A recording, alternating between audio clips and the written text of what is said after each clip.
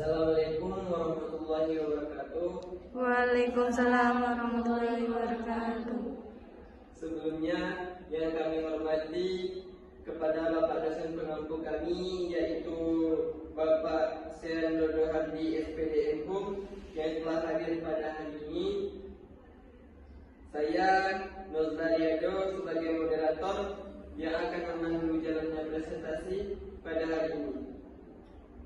Baik, perkenalkan pemateri kami hari ini, yaitu saya Dina Sukamania, saya Nur Fadila, saya Zana Safitri, saya Dewi Lestari.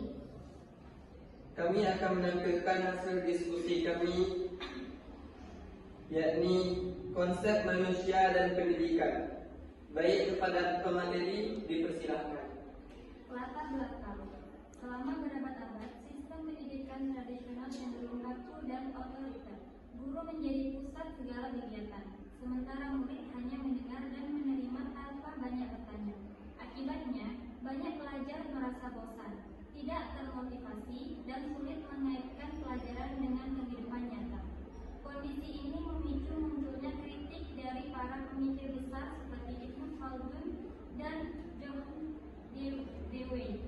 Mereka hidup di zaman yang penuh tantangan sosial dan budaya, yang mendorong mereka menawarkan ide-ide baru. Pendidikan harus lebih manusiawi, relevan dengan kebutuhan murid, dan mampu membangkitkan semangat belajar. Konsep manusia dan pendidikan. Manusia menurut Ibnu Khaldun lahir dalam keadaan netral, tanpa potensi bawaan.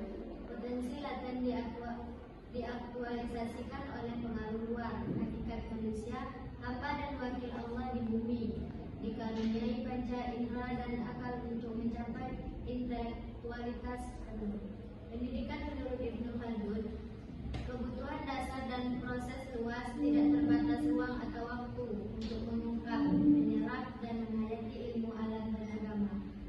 Tujuan pendidikan, mengenal dunia luar, Tuhan dan wahyu, serta mengaktualisasikan potensi fitrah untuk membangun peradaban dan kebahagiaan duniawi dan ukhrawi.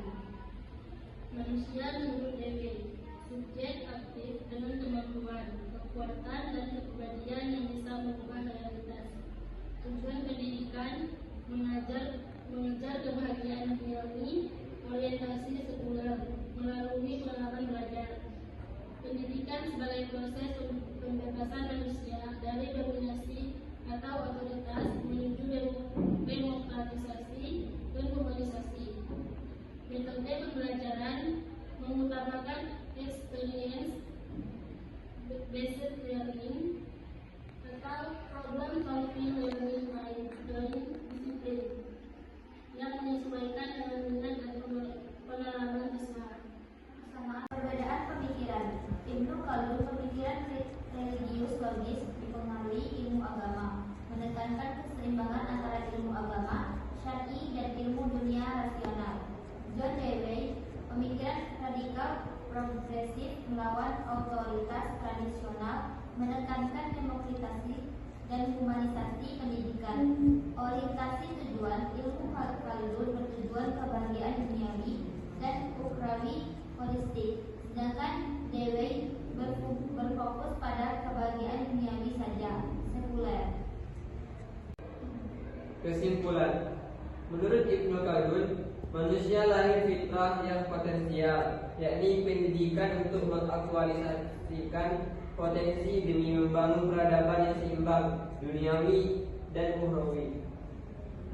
Menurut John Dewey, manusia subjek bebas yang aktif, yakni pendidikan untuk kebebasan dan emansipasi sosial atau demokrasi, berorientasi pada kebahagiaan duniawi. Inti dan persamaan ataupun perbedaan keduanya sama-sama kritis, tradisi dan mengakui pengalaman dan fitrah sebagai kunci perbedaannya, terletak pada latar budaya, agamis versus sekuler, dan tujuan akhir pendidikan. Baiklah, terima kasih. Wassalamualaikum warahmatullahi wabarakatuh. Waalaikumsalam warahmatullahi wabarakatuh.